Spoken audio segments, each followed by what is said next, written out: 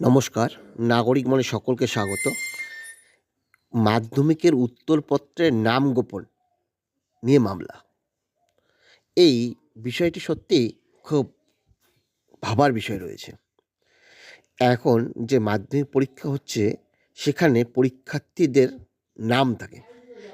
নাম, roll number, subject, registration number লেখার জায়গা থাকে।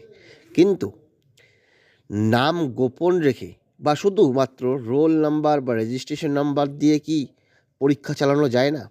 কেন এই মামলাটি উঠেছে?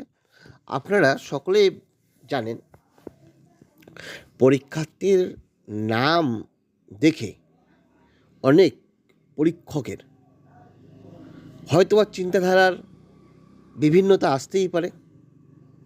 যেমন পরীক্ষার্থীর নাম দেখে বোঝা যায় সে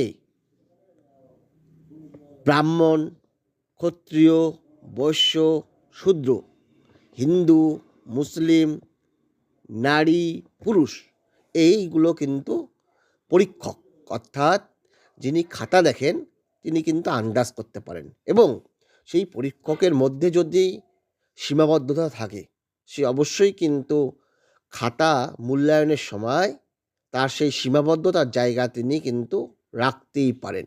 কারণ মানুষ মাত্রই ভাবকেন্দ্রিক বা বিষয়কেন্দ্রিক রয়েছে। অনেক সময় এই ব্যতিক্রমী ঘটনাগুলো ঘটে। সেই প্রেক্ষাপটে মাধ্যমিকের উত্তরপত্রের নাম গোপন নিয়ে মামলা খুবই জরুরি। মাধ্যমিকের উত্তরপত্রে পরীক্ষার্থীর নাম পরিচয় গোপন রাখার বিষয়ে রাজ্যের বক্তব্য জানতে চাইল কলকাতা হাইকোর্ট। সম্প্রতি এই ইস্যুতে জনস্বার্থ মামলা দায়ের হয় হাইকোর্টে।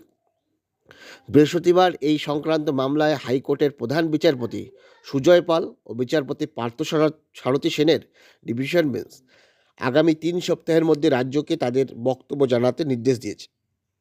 এবার মোট পরীক্ষার্থীর সংখ্যা 9,71,340 জন। এর মধ্যে এই মামলা করে মামলাকারীদের বক্তব্য, পরীক্ষার খাতায় নাম পরিচয় উল্লেখ থাকাই উচিত নয়, না হলে মূল্যায়নের সময় পক্ষপাতিত্ব করার সম্ভাবনা থেকে যায়। যে পরীক্ষক মূল্যায়ন করবেন তিনি নম্বর দেওয়ার ক্ষেত্রে যেন কোনো পক্ষপাত করতে না পারেন।